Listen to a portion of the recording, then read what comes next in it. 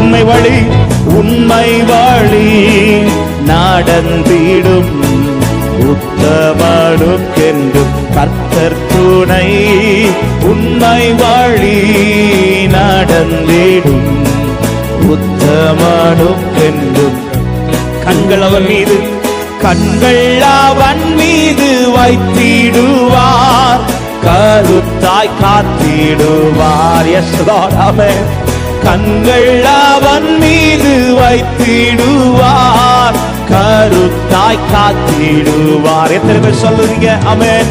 கர்த்தரை நம்பியே ஜீவிப்போம், கவலை கஷ்டங்கள் தீர்த்திடும், கைவிட காத்திடும் பரமனின் கரங்களை நாம் பற்றிக் கொள்வோம்.